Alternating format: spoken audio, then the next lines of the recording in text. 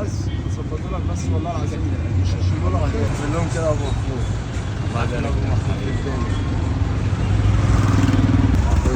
انت ما روحتش البيت؟ الحمد لله ان شاء الله النهارده بتروح.